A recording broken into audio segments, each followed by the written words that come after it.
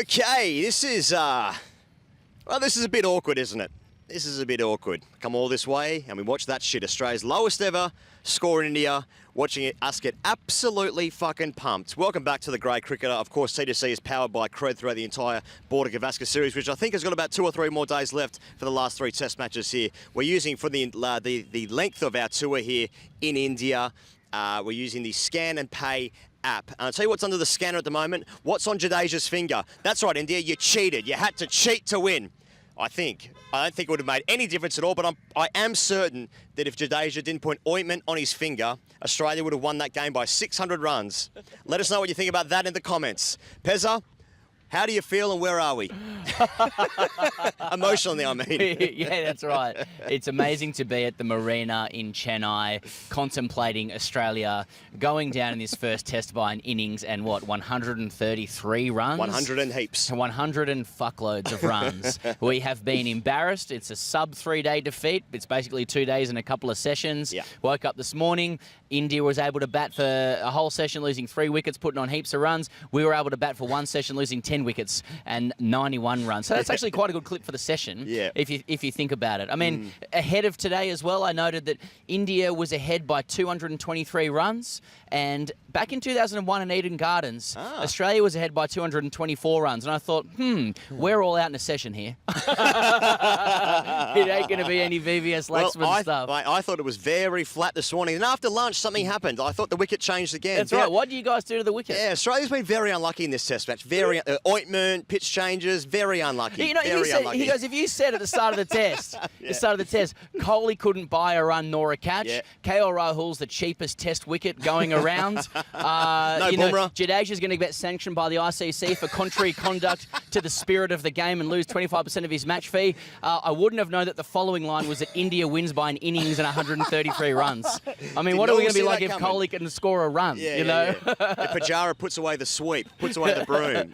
Todd Murphy 7 though. So. 7, yeah. So a lot of positives to take away from this game. Travis Head's still fit. You know. Okay, where should we start with this? Okay, you know. Noting the stuff up the top, I mean, Jadeja's player of the match. We've said it many times. He was the best player on the field. He's the difference. Sensational batting, sensational bowling from him. What a player. Look, my actual thoughts are on this game is that, like, India's just got fucking too many killers playing in India. You know, like, Rohit Sharma, it's 120, and it's a brilliant 100. And Jadeja is just such a good cricketer. Like, he's just unrivaled. And, like, fundamentally, Australia is a really good team. Australia has played really well for the last couple of years. And they're a really good team. They're terrible in India. They don't have the players that can do it in India. And I think India's a very decent test team at the moment. At home, they are nearly unbeatable. And to beat them in India, you need to be perfect. And Australia was so far away from that. And like, that's just like, I think that's the answer. But I just want to know why he did it. Why did you cheat? Because in my mind, I'm just thinking top of my head. No Australian's ever been sanctioned for tampering with the ball. I think that's right. I think that's right. But yeah, I mean, you know, what happens in India, you see the last 5 wickets for India put on over 200. Australia in the first innings lost 5 for 15. Must have been pretty similar in the second innings as well. Axar Patel 84. Jadeja hit 70. Someone called that on the internet a couple of days ago. And like when Sharmi's hitting sixes and he's got like 40 or something, it's like, oh, for fuck's sake, come on. It just starts to get a little bit ominous, doesn't it? Yeah, it just starts to get a little bit embarrassing. I've seen this movie before. And now in Australia, we can go through the same process that we always go through. Just how the sun rises and the sun sets. We've got the old guard coming out. I think Alan Border's come out and said, Steve Smith's giving the thumbs up to Jadeja, saying it's a good ball. Bloody hell, we need to play with a harder edge. And I think that, not playing hard enough. We're thinking that the greats of the game, the great minds of Australian cricket are putting their heads together and thinking, how can we solve this issue of deep technical deficiencies against a killing side? And the answer is, don't put your thumbs up and commend their play. Play with a bit of a harder edge. Just, And I think that's good. I'm looking forward to that. I'm looking forward to more recriminations like that. I think a lot of Australians back home are not used to us being defeated for a little while, but I do like to be fair to us, like we did call. I mean, you said 4-0 from the start. To be fair, like there is just now saying 4-0. Fuck off. Yeah, that's right. That's right. So I think we can look forward to that cycle now in Australia. I mean, from India's perspective, that triumvirate of spinners are just sensational. They really are. It's very much worth enjoying. You can really appreciate how difficult it is to bat in India when it comes to spin bowling as well. I don't know where Australia goes from here. I don't think the answers are in tweaking selections or whatnot. I mean, I think the way Australia wins in India is the way anyone wins. Is like a door opens slightly and you have to walk through that bad boy. You have to kick that shit down because it slams in your face straight away. Oh, yeah. Australia had 1 or 2 moments of matching it with India, but otherwise we're just a bit behind or a lot behind. Oh, look, the way Australia wins a test match in this series is if Steve Smith hits 100 in each innings and India play poorly. I mean, like, fundamentally, that's actually the answer to that. And because I've said that, that means it's true. And I do think, though, Alan Border's right, because we learnt during the summer, over the last few seasons, Australia's not winning hard enough, and that's why no one's turning up to the games. Now, on top of that, if you're going to lose, you need to be leaving the ball harder as well. What I don't want to see is getting beaten on the outside edge of the bat and just doing that straight away. Yeah. That's not hard enough for me and what I want from my cricket team. That's right. Because if I'm harder, generally as a person, physically, emotionally, spiritually, religiously, and my penis is hard, then when Jadeja releases that ball into the orbit, or Ashwin does, and I'm not sure exactly whether it's going to land on the leather or the seam and slide on straight or not. If I'm actually hard in life, I can pick that up.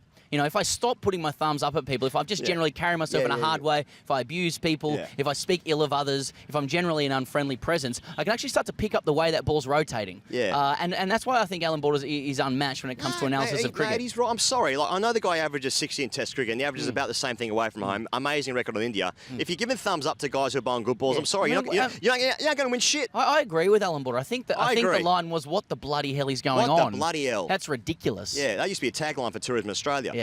So now Australia has... What the bloody hell is going on? I know a lot of us felt like that when Morrison was PM.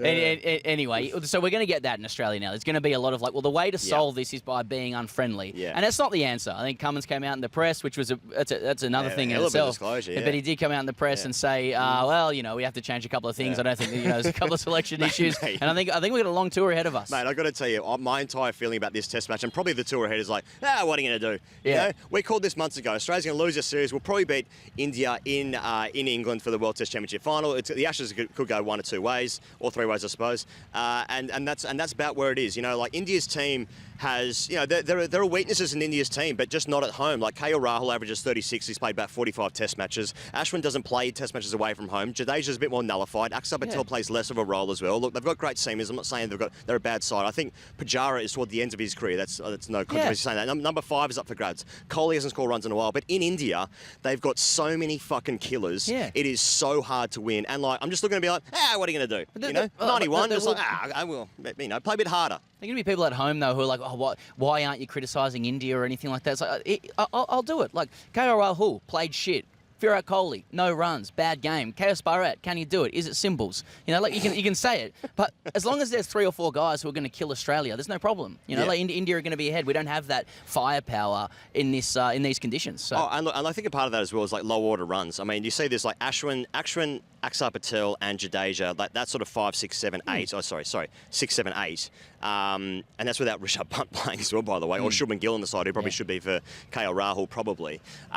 There's just fucking runs everywhere. There's just runs everywhere.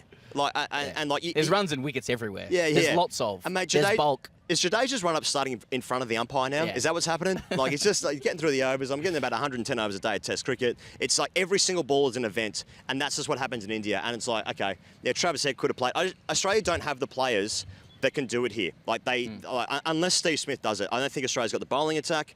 But they're still Australia's a very good test team. It's a very good test team, but just not here. But I'm having a nice time. Yeah, I'm having a nice time. It's great to be at the marina. Went to the wildflower garden today. Chennai, beautiful fish tikka, chicken tikka, lamb curry, whatever you want. Baby naan filled with cheese, a little bit of onion yogurt there as well. Mojito. Got a show tonight, 9:30. Where are we? I'm not sure exactly the venue of it, but 9:30. Yeah, it's somewhere. So looking forward to it. It's somewhere. Okay, let's look from an Australian perspective, Pez. Todd Mad Dog Murphy. Thought about getting a hot totty today, actually. Yeah. A little bit warm though, isn't it? Too warm for a hot toddy. Yeah. He takes 7 for it's in the top echelon of best test debuts for Australia. I again thought today he's the real deal. This guy, I think he is fucking the business. And he looks like Australia's best threat when he's got the ball. That's what it looked like to me. Yeah. Beautiful baritone voice too. Todd Murphy. So there's a lot to like about the future, as we said. Like, I mean, because you've spoken about his stats and how he actually went on the field. Yeah, whatever. But it's also yeah, let's objectify him as well. His voice is good. It's a long pin. There's a lot to enjoy about it. Yeah, he should play in shorts. Yeah. Okay, well, I've got a hashtag ASKTGC that I screenshotted earlier, and I'm going to pull that up, and it's actually about Todd Murphy, who is going to be very satisfied. I mean, it's a great debut. What am I getting up here? That's the thing everyone wants to know in India as well. Like, just a lot of interest in Todd Murphy. That's right, yeah, okay. Siraj left a comment for hashtag AskTGC. By the way, leave your hashtag AskTGC in the comments below if you're so inclined. And I'm going to get the feeling that there's a bit of confidence coming through in the comments today. Hashtag AskTGC. Boys! A couple of summers ago in England, we saw the rise of Ollie Robinson and a lot of people pissing him as a potential replacement for Stuart Broad, which immediately prompted Broady to get the bandana out the very next innings. Because let's be honest, he is a vibes-based selection in spite of his 550-odd test polls. Guess my question is, what should old Gary do differently here to keep this Murphy bloke at bay? Because I feel like Murphy's coming. Yeah. I feel like Murphy's coming. Yeah. And you wonder what it's like off the field tonight as well. You wonder who's hopping in the showers first as well, because that's a bang bang for Murphy if he's actually getting in ahead of Gary. Now I think Gary's probably okay. Gary's probably getting into the showers soon, so he probably doesn't have an issue on that front. Sure. I don't know. It's probably just friendships, isn't it? Friendships, underhandedness, skullduggery. Yeah, a little bit of skullduggery. Photos. You know, anything. If anyone from photos, yeah. Okay. If anyone's got issues with Todd back there in Darwin, Tracy Village. Oh yeah. Get in touch with Nathan Lyon. Yeah. Because I think Mad Dog's coming. Do you think that the nature of this defeat will have any impact on the rest of the series, or do you think that this is going to be how it's going to be? Because, you know, like, okay, as an example, obviously India 36 all out, then they go and win the series. In 2001, Australia win the first test by 10 wickets and they lose that series because of Harbhajan Singh. It does happen. The first test match, there's a blowout, and then the other team does come back. I don't see it myself. Yeah. But I think there's going to be a lot of recriminations back at home, and I think there's going to be a lot of questions over a lot of players. There's going to be questions over guys like Warner getting well towards the back end of his career. Is it his last series and all that kind of stuff? Like, I think Australia would do well to understand that playing here in India is a unique proposition, and you don't need to go and kill everyone's careers or really throw them to the dogs, which would be a very surprising thing to do and barbaric. For bad performances in highly specific conditions, that we've always been poor at. I think they should stick with the side, help them improve in the area, but really, like, it's a pretty tall order to try and knock these guys off. Yeah. The only thing that sticks in my head is, like, how's England going to go here, Bazball? Is that something? Yeah. Because at the moment, to beat India here, you need something. You need something. You need something. Maybe some ointment. Maybe there'll be some ointment for the Australians. Your pictures, your ointments. That's right. Yes, cry more. I know the advice is going to be to cry more. Wah, fucking wah. I've already done it. I miss my children. I was cry wanking before. That's a completely separate thing, though. Hey, just quickly, of course, we're in Chennai. There's a Bay of Bengal behind. It's been absolutely fantastic to be here. First time we've ever been in Chennai. We've got a show here tonight. Then we're in Hyderabad tomorrow before we move on to Delhi. I just want to say a massive shout out to Bangalore, the Bangaloreans for the last couple of nights. Fantastic shows, great audiences, great rooms. So thank you so much for everyone that's come to the show so far. And, we won't be back tomorrow. We might be on the internet some way. We're on the internet, but thanks as ever for tuning in. Thank you for your comments. And yes, we will cry more. Thank you.